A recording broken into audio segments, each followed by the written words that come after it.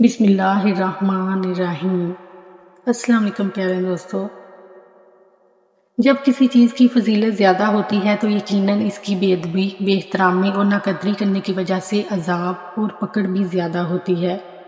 یہی وجہ ہے کہ رمضان المبارک کی ناقدری کرنے والے کے لیے احادیث طیبہ میں بڑی سخت سزا کا ذکر کیا گیا ہے، جس سے معلوم ہوتا ہے کہ رمضان المبارک کی ناقدری صرف ایک ناجائز عمل ہی نہیں بلکہ گناہ کبیرہ اور دنیا آخرت کی ہلاکت کا باعث ہے۔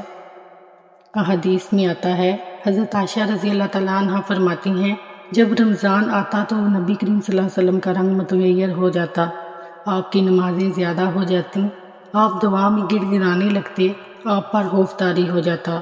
حضرت انس رضی اللہ تعالیٰ عنہ نبی کریم صلی اللہ علیہ وسلم کا یہ ارشاد نقل فرماتے ہیں، ہلاکت ہو اس شخص کے لیے جو رمضان کا مہینہ پائے اور اس کی مغفرت نہ ہو۔ جب رمضان میں بھی مغفرت نہ ہوئی تو کب ہوگی؟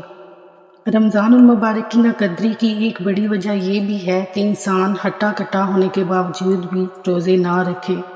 جیسا کہ دیکھنے میں آتا ہے کہ معمولی عذر جیسے پان، سگریٹ وغیرہ کے نشے کی وجہ سے لوگ روزہ چھوڑ دیتے ہیں، بلکہ بعض تو بغیر کسی عذر کے بھی روزہ ترک کر دیتے ہیں۔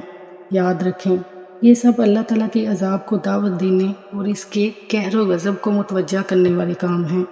اللہ تعالیٰ تمام مسلمانوں کو رمضان کی بے ادبی سے اور اس جرم عظیم سے محفوظ فرمائے، آمین۔